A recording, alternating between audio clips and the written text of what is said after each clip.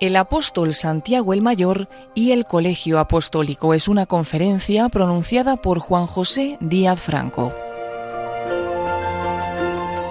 Es médico especialista en psiquiatría y teólogo que previamente se licenció en Filosofía y Letras y ejerció como profesor de Historia del Arte.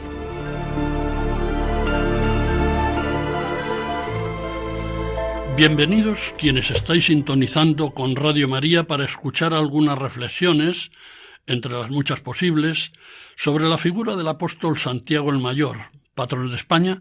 y su entorno evangélico, en este año jubilar, compostelano o jacobeo, el sacobeo para nuestra numerosa audiencia gallega, que, como sabéis, solo se celebra cuando la festividad del apóstol Santiago del 25 de julio cae en domingo, pero que, con motivo de la situación de pandemia causada por la COVID-19, que a todos nos aflige, se prolongará por primera vez durante 2 años, el 2021 y el 2022. Uno de los muchos misterios que plantea la actuación de la persona Jesús Hijo de Dios, a través de su doble naturaleza divina y humana, durante el transcurso de su existencia, de su estancia entre nosotros, fue el de la fundación y primer desarrollo de la Iglesia, su Iglesia, nuestra Iglesia, comenzando por la designación entre sus numerosos discípulos de 12 de ellos a los que denominó apóstoles, para que fueran columnas y fundamento del nuevo edificio espiritual como representantes y enviados suyos en la proclamación y difusión de la nueva realidad religiosa centrada en él mismo. La elección de los 12 podría corresponder a la división del pueblo judío en 12 tribus, originadas en los 12 hijos del patriarca Jacob. Este número simbólico, tan del gusto de la antigüedad, fue mantenido por los apóstoles tras la dramática deserción de Judas, eligiendo un sustituto por sorteo que resultó ser Matías, para completar esa cifra de 12. Con el nombramiento de estos 12 asociados a él, de este incipiente colegio apostólico a cuya cabeza sitúa a Simón Pedro, recordamos, tú eres Pedro, y sobre esta piedra edificaré mi iglesia, del Evangelio de San Mateo 16-18. Digo que en estas circunstancias pone en marcha una institución, la Iglesia, que persistirá hasta el fin de los tiempos como la congregación de todos los fieles cristianos del mundo, a cuyo frente figurará Simón Pedro, designado por él mismo Jesús como primer vicario suyo, rebautizándole con el nombre de Cefas, es decir, cabeza, Pedro, símbolo de dureza y persistencia, además de designar su primacía sobre los demás apóstoles. Después del martirio y muerte de Pedro, tomaron su relevo una larga lista de sucesores, comenzando por San Lino, San Cleto y San Clemente Romano, y prolongándose hasta los 266 papas que, incluido el actual Papa Francisco, han ostentado la condición de sumos pontífices y primados de la Iglesia de Cristo en su condición de obispos de Roma. Así se establece esa inicial manifestación del reino de Dios en Cristo, que se consumará con la segunda y definitiva venida del Señor al final de los tiempos. Por tanto, el reino de Dios ya está aquí entre nosotros, en torno a la Iglesia, pero todavía no se ha consumado en su totalidad esta realidad a la que todos estamos llamados a través de una conducta santa e irreprochable, ayudados en nuestra debilidad por la providencia de Dios mediante la acción redentora de Cristo Jesús, nuestro Salvador. La primigenia institución de esta Iglesia misterio de Dios, pero también Iglesia institución humana, constituida por el Colegio Apostólico, es mencionada como tal 23 veces por los 4 evangelios, por los Hechos de los Apóstoles, por San Pablo y por los padres apostólicos, que es, como se conoce, una serie no muy numerosa de obispos y escritores de la primitiva Iglesia, que aun no habiendo tenido el privilegio de conocer en vida al Maestro, sí trataron o fueron discípulos de los apóstoles. Son estos Bernabé, compañero de misión de San Pablo, Clemente Romano, el gran obispo de Roma, tercer sucesor de San Pedro, Hermas, a quien se supone discípulo de San Pablo, así se ve en Romanos 16:14, San Policarpo, obispo de Esmirna, San Ignacio, obispo de Antioquía y mártir en Roma, San Ireneo, obispo de Lyon, Papías, obispo de Hierápolis, así como los autores del discurso a Diogneto y de la Didaché o Didaché, que es una obra de la literatura cristiana primitiva, probablemente compuesta en el siglo I, que también puede titularse como Enseñanza de los 12 apóstoles o Enseñanza del Señor a las naciones por medio de los 12 apóstoles, redactada por uno o más autores a partir de algunos materiales apologéticos y didácticos judeocristianos preexistentes. Esta institución prodigiosa, la Iglesia, admirada y venerada, pero también denostada, ha permanecido fiel a sus esencias en medio de turbulencias internas y de ataques externos a lo largo de la historia, de tal forma que 18 siglos después de su fundación, el Concilio Vaticano I podía declarar sobre esa misma Iglesia, sobreviviente de 1000 vicisitudes, lo siguiente: el pastor eterno y guardián de nuestras almas, para convertir en perenne la obra saludable de la redención, decretó edificar la Santa Iglesia, en la que, como en casa de Dios vivo, todos los fieles estuvieran unidos por el vínculo de una sola fe y caridad. Y 100 años más tarde de ese Concilio Vaticano I, del que acabamos de referir una sentencia sobre la Iglesia, esto es, 19 siglos después de ser instituida la Iglesia por Jesucristo, el Concilio Vaticano II, providencialmente convocado por el Papa San Juan XXIII, abundando en el amor que nos suscita a los creyentes esta Iglesia que Jesús fundó, nos permite adherirnos devotamente a su reflexión, plasmada en la Constitución dogmática Lumen Gentium, Luz de las Gentes, que es como se titula esta Constitución sobre la Iglesia, utilizando las 2 primeras palabras del texto latino, en cuyo capítulo 1 sobre el misterio de la Iglesia leemos: Cristo, pues, en cumplimiento de la voluntad del Padre, inauguró en la tierra el reino de los cielos, nos reveló el misterio del Padre y realizó la redención con su obediencia. La Iglesia, o reino de Cristo, presente ya en el misterio, crece visiblemente en el mundo por el poder de Dios.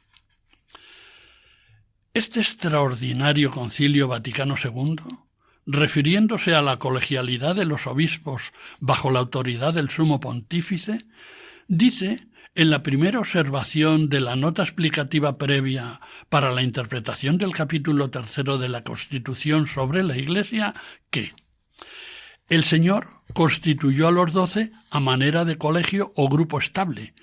pero que el paralelismo entre Pedro y los demás apóstoles por una parte, y con el paso de los años el del Sumo Pontífice y los obispos por otra, no implica la transmisión de la potestad extraordinaria de los apóstoles a sus sucesores, ni, como es claro, igualdad entre la cabeza y los miembros del colegio, sino solamente la proporcionalidad entre la primera relación, Pedro y los apóstoles, y la segunda, el Papa y los obispos. Los Evangelios de San Mateo, capítulo 10, versículos 2-4, San Marcos, capítulo 3, versículos 13 a 19, y San Lucas, capítulo 6, versículos 12 a 16, así como el libro de los Hechos de los Apóstoles, capítulo 1, versículo 13 de San Lucas, enumeran los nombres de los 12 apóstoles, aunque en orden inverso, pero siempre encabezados por Simón Pedro, su hermano Andrés, y los 2 hijos de Zebedeo, Santiago y Juan. Recordamos el relato evangélico de San Lucas. Sucedió que por aquellos días se fue él al monte a orar, y se pasó la noche en la oración de Dios. Cuando se hizo de día, llamó a sus discípulos y eligió 12 de entre ellos, a los que llamó también apóstoles. a Simón, a quien llamó Pedro, y a su hermano Andrés, a Santiago y Juan, a Felipe y Bartolomé, a Mateo y Tomás, a Santiago de Alfeo y Simón, llamado el Celotes, a Judas de Santiago y a Judas Iscariote, que llegó a ser un traidor. Está en el Evangelio de San Lucas, capítulo 6, versículos 12 a 16. Por lo que afecta al apóstol Santiago, del que pretendo hablar más específicamente, recordaremos también aquí el relato recogido en el Evangelio de San Marcos de esta trascendental elección de los apóstoles, en la que Jesús, en un rasgo de confianza y buen humor, pone un apelativo especial a los hermanos Santiago y Juan. Dice así: subió al monte y llamó a los que él quiso, y vinieron donde él. Instituyó 12 para que estuvieran con él y para enviarlos a predicar con poder de expulsar los demonios. Instituyó a los 12 y puso a Simón el nombre de Pedro, a Santiago el de Zebedeo y a Juan, el hermano de Santiago, a quienes puso por nombre Boanerges, es decir, hijos del trueno, a Andrés, Felipe, Bartolomé, Mateo, Tomás, Santiago el de Alfeo, Tadeo, Simón el cananeo y Judas Iscariote, el mismo que le entregó. Está en Marcos capítulo 3, versículos 13 a 19. No mucho antes de este trascendental momento de la elección de los 12, se había producido la primera llamada a 4 de estos hombres: Andrés, Simón Pedro, Santiago y Juan, por parte del Maestro, para que le siguieran, incorporándoles desde la rudeza de su oficio de pescadores a una nueva y desconocida vocación espiritual cuyas dimensiones no podían imaginar entonces.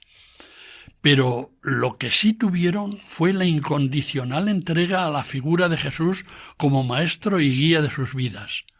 Por él lo dejaron todo y le siguieron. Este llamamiento de los primeros discípulos lo refieren los 3 evangelios sinópticos de forma escueta, conmovedora y casi con las mismas palabras. En Mateo 4:18-22, Marcos 1:16-20 y Lucas 5:1-11. Por ser el texto evangélico de redacción más temprana, recogemos como mejor ilustración el relato de Marcos capítulo 1, versículos 16 a 20. Y pasando junto al mar de Galilea, vio a Simón y a Andrés, hermano de Simón, echando las redes en el mar, pues eran pescadores. Y les dijo Jesús: venid en pos de mí, y os haré pescadores de hombres. E inmediatamente le siguieron, dejando las redes. Y avanzando un poco, vio a Santiago, el hijo de Zebedeo, y a Juan, su hermano, remendando las redes en la barca. Y enseguida los llamó. Y dejando a su padre Zebedeo en la barca con los jornaleros, se fueron detrás de él. Los 3 relatos son unánimes en 4 cosas. La primera, que los 4, Simón Pedro, Andrés, Santiago y Juan, eran pescadores en el mar de Galilea, gente ruda, curtida por la dureza del clima y la inseguridad de las faenas de la pesca, y supuestamente poco ilustrados. La segunda, que Jesús les llamó y les invitó a seguirle. La tercera, que los llamados ni se lo pensaron ni lo consultaron, sino que automáticamente dejaron lo que estaban haciendo en ese momento, abandonaron a las personas con las que estaban, Santiago y Juan a su propio padre, y es de suponer que Simón a su esposa, ya que sabemos que tenía suegra, y le siguieron. Y la cuarta,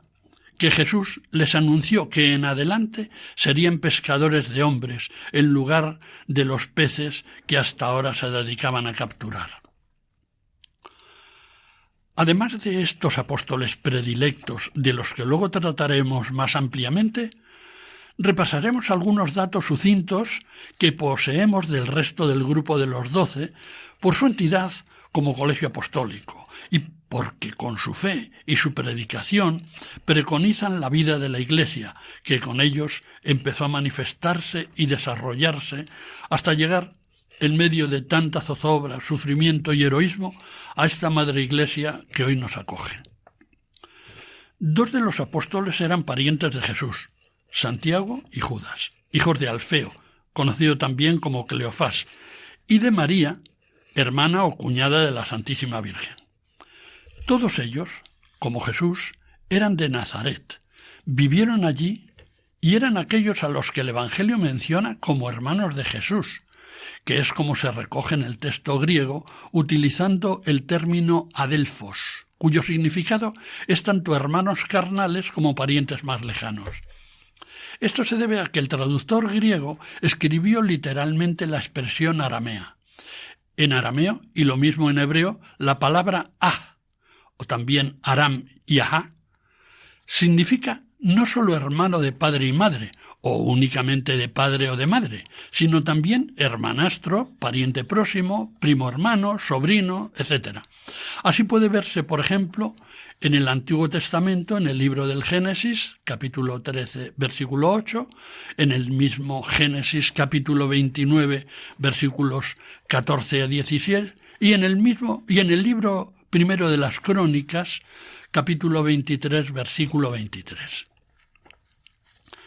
Santiago, llamado el Justo y también el Menor, para distinguirle del hijo de Zebedeo, o sea, nuestro Santiago el Mayor, más alto, más fornido y con más años que su homónimo,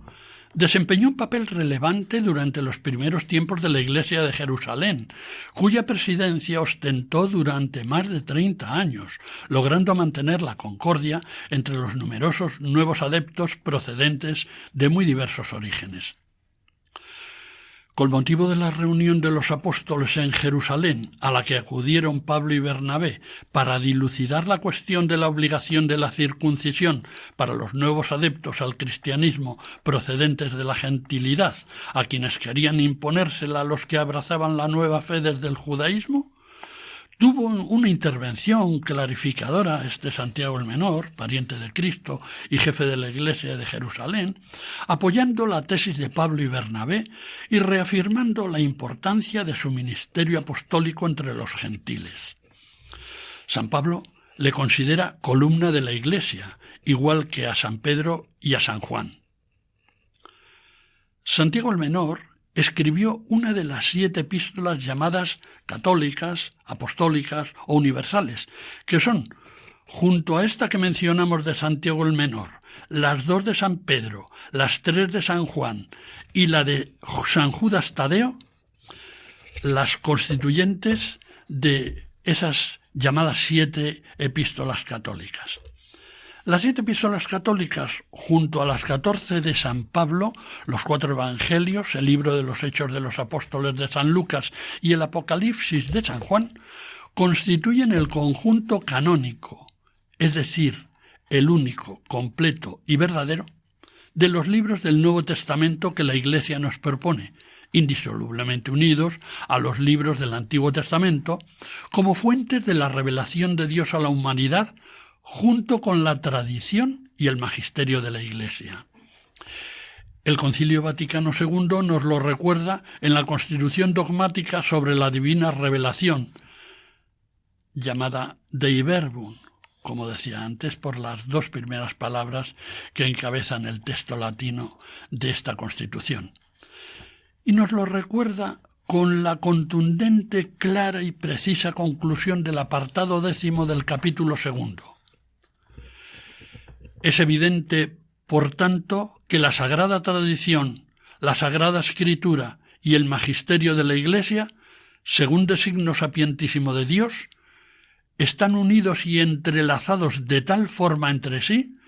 que no tiene consistencia el uno sin los otros, y que todos juntos, cada uno a su modo, bajo la acción del Espíritu Santo, contribuyen eficazmente a la salvación de las almas.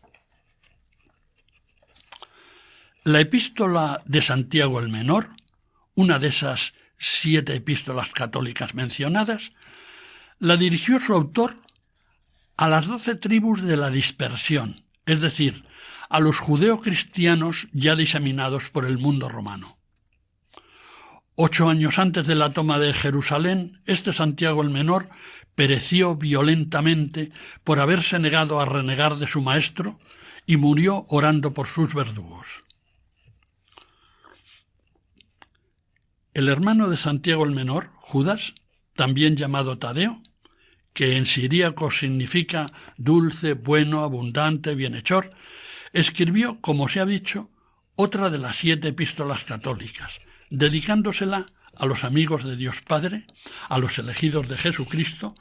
para alertarlos contra la herejía y para confirmarlos en la fe, el espíritu de oración, el amor de Dios y la confianza en la misericordia del Señor Jesús. Después de haber evangelizado Persia y Macedonia, Judas Tadeo sufrió martirio y muerte por proclamar la divinidad de Jesús y venerar su santo nombre como Salvador y Redentor nuestro. Respecto a los otros apóstoles, parece algo inusual que San Lucas mencione a Simón con el nombre griego Zelotes y que Marcos le denomine Cananeo, expresión aramea que en otros casos este evangelista se apresura a traducir.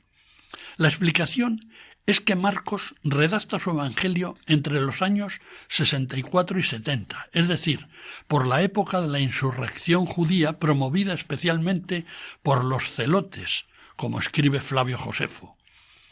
Si fuera así, en el mundo romano hubiera sido un descrédito para la naciente religión cristiana que apareciera un celote como miembro del colegio apostólico. En cambio, más tarde, cuando San Lucas escribe su Evangelio y los Hechos de los Apóstoles, así lo vemos en Lucas 6:15 y en el libro de los Hechos 1:13, lejana ya la insurrección contra Roma, parece que la fecha de redacción de ambos libros de San Lucas debió ser entre los años 80 y 90, no habría inconveniente en llamar al apóstol con el apelativo con que era conocido sin levantar suspicacias. Todas las consideraciones anteriores, antes de dedicar una mayor atención a Santiago el Mayor, apóstol de Cristo y patrón de España, vamos a hacer una breve pausa musical. Al hablar de Santiago, como de Pedro, de Juan y de los demás apóstoles, estamos hablando de la Iglesia en sus orígenes. Bien merece esta Iglesia que la recordemos con la audición de una pieza musical muy sensible a la misma, el himno de la Ciudad del Vaticano, residencia del obispo de Roma, el Papa. Se trata de una preciosa melodía del reconocidísimo compositor francés Charles Gounod, autor de otras afamadas composiciones musicales, que vivió de 1818 a 1893. La letra fue originalmente escrita en italiano y posteriormente vertida al latín, idioma oficial del Estado Vaticano, por Antonio Alegra, que vivió entre 1905 y 1969, y que era organista titular de la Basílica de San Pedro. Fue declarado himno oficial del Estado Vaticano por Pío XII en 1949. Para favorecer su seguimiento, aunque suena muy bien en latín sin ser traducida, me he permitido proporcionaros la versión en castellano. Dice así: «Oh Roma feliz, oh noble Roma, feliz Roma, oh Roma feliz, feliz Roma, Roma noble. Eres de Pedro, que representa a Cristo la sede. Eres sede de Pedro, que es apóstol de la paz. Pontífice, contigo estaremos todos nosotros. Pontífice, eres maestro que confirmas a tus hermanos». Ahora se repiten las dos últimas estrofas. Y sigue: «Pontífice, fundamento y nuestro roble, y pescador de los hombres, pastor de la grey, quien liga la tierra y el cielo. Pedro, eres de Cristo su vicario sobre la tierra. Roca entre las olas, tú eres faro y verdad. Eres la caridad de Cristo, eres el guardián de la unidad, defensor patente de la libertad. En ti está la autoridad». Se repiten las 4 últimas estrofas y culmina el himno: «Roma noble, Roma feliz, Roma noble». La duración es de 3 minutos y 44 segundos.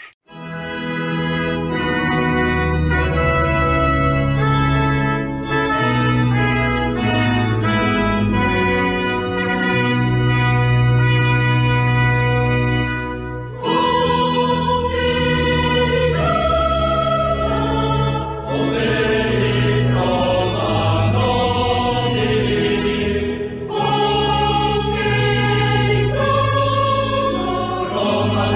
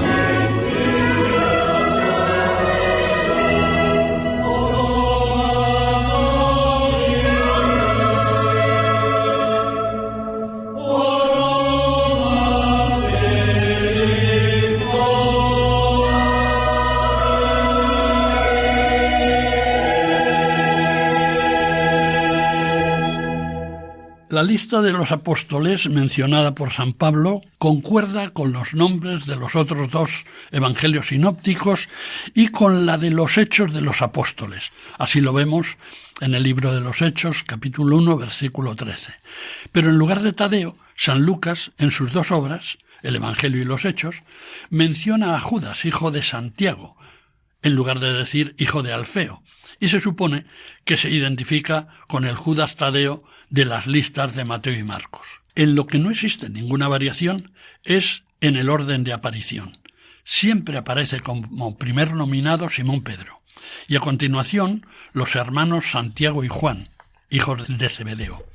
Para mayor exaltación de los 3 anteriores, no figura en esa élite el apóstol Andrés, que fue el primero en seguir al Maestro, abandonando para ello a Juan el Bautista, su maestro hasta entonces, y apresurándose a contarle a su hermano Simón Pedro que había encontrado al Mesías. Simón Pedro no fue el más antiguo entre los primeros discípulos, porque lo fue Andrés, ni el más amado, porque lo fue Juan, pero contó con la predilección del Maestro, que vivió en su casa, curó a su suegra, utilizó su barca para hablar desde ella a las multitudes que le seguían, y siempre fue el primero en figurar en sus grandes momentos,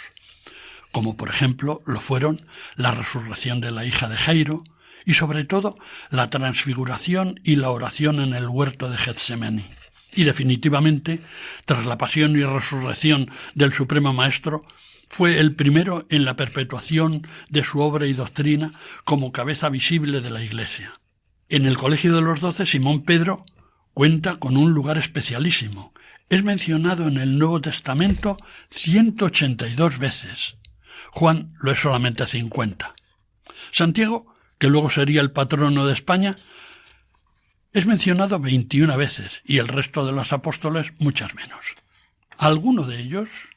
le adjudicó un sobrenombre, quizá para señalar una nueva personalidad relacionada con un destino que iba a encomendársele en un futuro inmediato. A Simón Jesús le convertirá en Cefas o Pedro, en arameo Kepa, que significa piedra, roca, en la que establecer firmemente el edificio espiritual de su Iglesia, pese a sus humanas debilidades y a sus incomprensibles negaciones, tras haberse leído la fuerza por la boca en solemnes y emocionantes proclamaciones de adhesión y amor a su sagrada persona. Su carácter voluble y sanguíneo se verá posteriormente reconducido a través del don del Espíritu que el Señor les envió. A Santiago, en el que seguimos poniendo el foco de nuestra atención especialmente, y a su hermano Juan, Jesús les puso el sobrenombre de hijos del trueno, Boanerges. No sabemos el porqué de esta especie de mote o apodo, y probablemente tampoco lo sabía Marcos cuando escribió en su Evangelio, porque no lo vuelve a comentar ni a aclarar después de ser el único en recoger este apelativo de los hijos de Zebedeo. No parece que ese Zebedeo fuera precisamente el trueno que menciona el Maestro. Hijos del trueno puede aludir al huracán y al ruido de las formidables tempestades que se desencadenan en el lago o mar de Galilea, provocadas por las fuertes corrientes de aire que vienen desde las altas cumbres del Líbano y las del Gran Hermón, con las que ellos debieron familiarizarse en su trabajo como pescadores en esas aguas. Sea por su arriesgado oficio o quizá por la rudeza de su carácter o su voz, el Maestro, quizá con fina ironía, les apodó Boanerges, hijos del trueno. Quizá ambos, especialmente a Santiago, que al parecer era unos años mayor que Jesús, y desde luego que Juan, tronó con todo el empuje y el brío de los hombres curtidos en la mar, las contundentes y duras verdades de la buena nueva que su Maestro les enseñó y les ordenó proclamar. En cualquier caso, el sobrenombre de hijos del trueno es una premonición de su destino, ligado a la lucha, a la tormenta interior, a la persecución, al martirio. Se convertirán en heraldos de Cristo, profeta excelso y definitivo, aniquilado por las ínfimas pasiones de una turbulenta jauría de su propia sangre, redivivo, glorioso para siempre y garante de la entrega en el amor, la abnegación, el sacrificio y la muerte en él y por él. tiempos de tormenta y de perturbación internos y externos. Así, alguien ha podido decir: la tempestad, y su paradigma el trueno, es el elemento natural de todos los seguidores de Cristo. Lo mismo que Pedro y Andrés, Santiago y Juan eran hermanos y también pescadores. Trabajaban con su padre, llamado Zebedeo. Parece que Zebedeo era más que un simple pescador, el dueño de una o varias embarcaciones en las que trabajaban no solo sus 2 hijos, sino también algunos empleados a sueldo. Salomé, la madre de estos 2 hermanos, es presentada en el Evangelio de San Mateo, capítulo 20, versículos 20 a 23, como una mujer ambiciosa y audaz al plantarse ante Jesús, eso sí, de rodillas y con humildad, para solicitar que sus 2 hijos ocuparan, a su derecha y a su izquierda, los primeros puestos en el reino de Dios, y que lógicamente fue rechazada y reargumentada por el Maestro. San Marcos, en el capítulo 10, versículos 35 a 40, también relata este episodio, pero aquí no aparece la madre, sino que son los 2 hijos quienes piden tal prebenda al Señor. Esa actitud de Santiago y Juan desató las críticas de los demás apóstoles. La respuesta de Jesús para los 2 y para el resto les marcaría el único camino para quienes quieran seguirle y amarle: la inmolación y el martirio. Pese a esta desconsideración con los otros discípulos, Salomé, la madraza de los 2 hermanos Boanerges, fue, junto con otras mujeres, quien le siguió en su predicación, poniendo sus bienes familiares, tras la probable muerte de su marido Zebedeo, como modesta infraestructura material para el mantenimiento del grupo de Jesús y los apóstoles, y también estuvo presente en el terrible momento final de su pasión, al lado de las mujeres sufrientes reunidas al pie de la cruz. Santiago y Juan fueron predilectos de Jesús, que les hizo el gran favor y la gran distinción de llevarles consigo, junto con Pedro, al monte Tabor y al huerto de Getsemaní. Fueron los 3 elegidos para asistir a las cumbres de exaltación y humillación de Jesús, cuales fueron la transfiguración, precursora de su gloria, y la agonía, precursora de su pasión. Les quiso allí, con él, en esos momentos cumbre de su vida. Antes, pocos milagros hizo Jesús de los que este trío, Pedro, Santiago y Juan, no fuera testigo presencial. Lo fue en las bodas de Caná, en la curación de la suegra de Pedro, en la resurrección de la hija de Jairo, primera de otras resurrecciones de las que nos hablan los relatos evangélicos.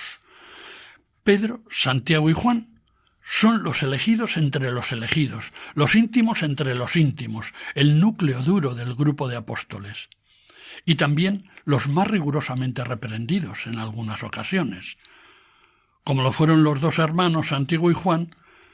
cuando, movidos por su celo ardiente en la defensa del honor de Jesús, en el episodio relatado por San Lucas en el capítulo 9, versículos 51 a 56 de su Evangelio,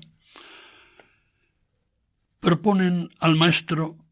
que baje del cielo fuego y consuma a los habitantes del pueblo samaritano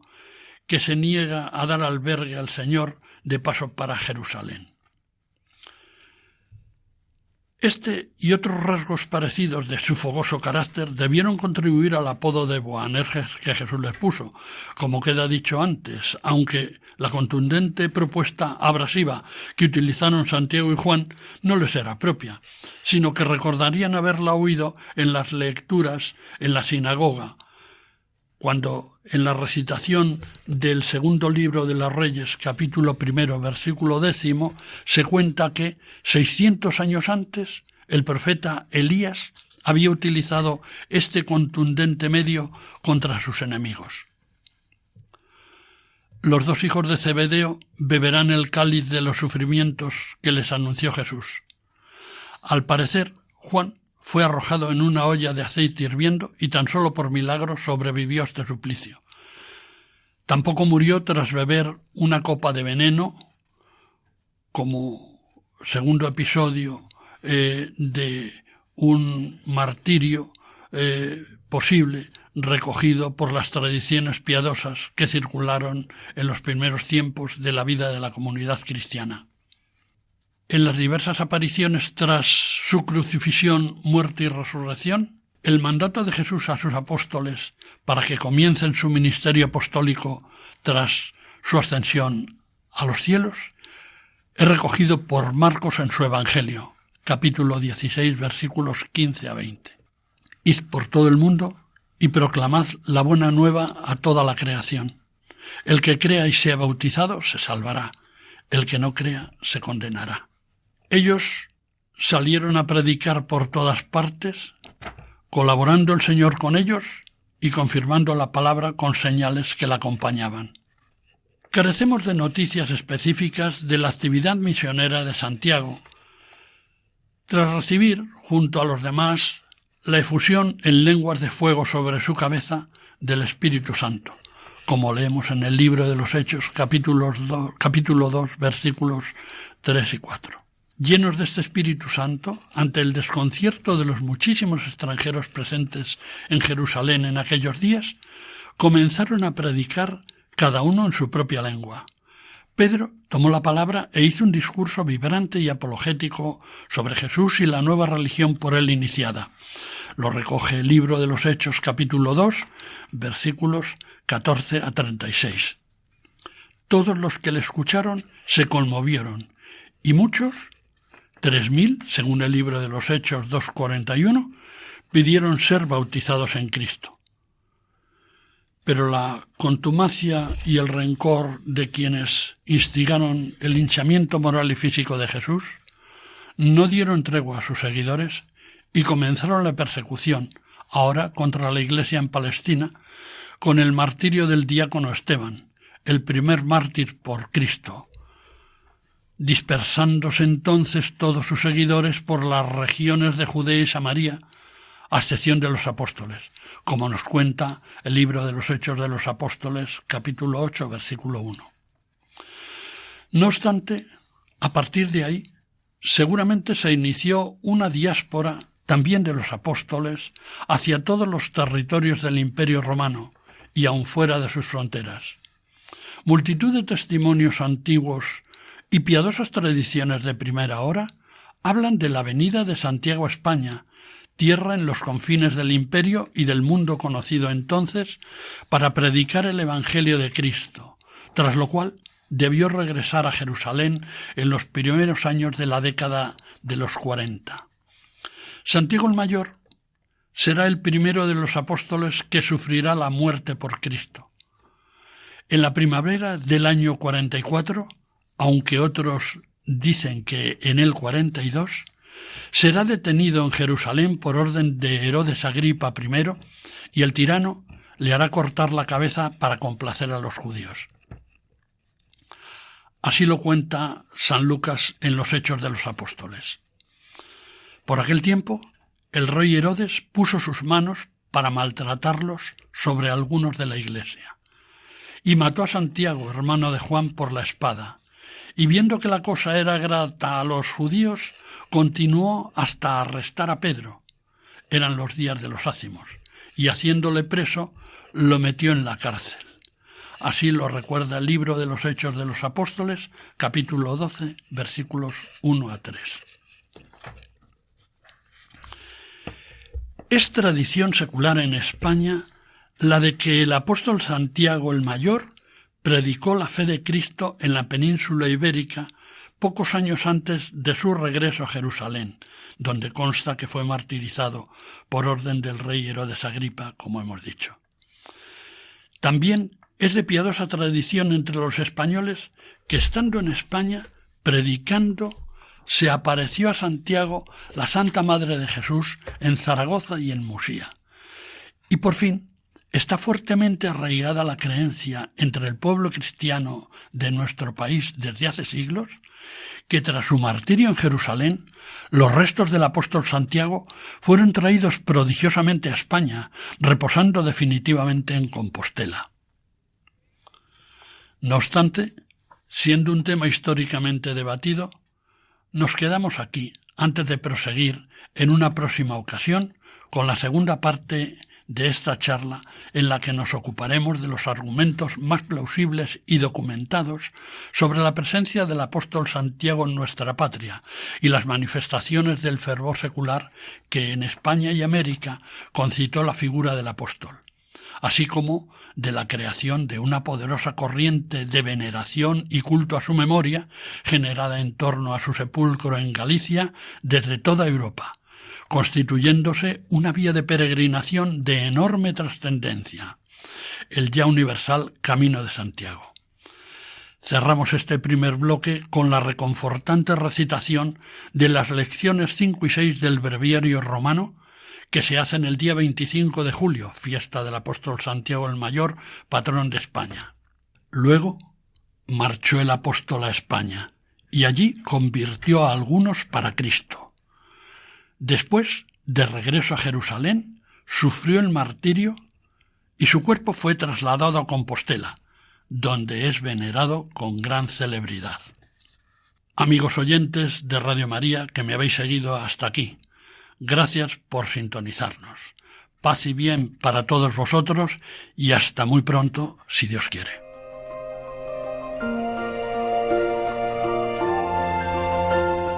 Así finaliza en Radio María esta conferencia acerca del apóstol Santiago el Mayor y el Colegio Apostólico, una conferencia pronunciada por Juan José Díaz Franco, médico especialista en psiquiatría y teólogo, que previamente se licenció en Filosofía y Letras y ejerció como profesor de Historia del Arte.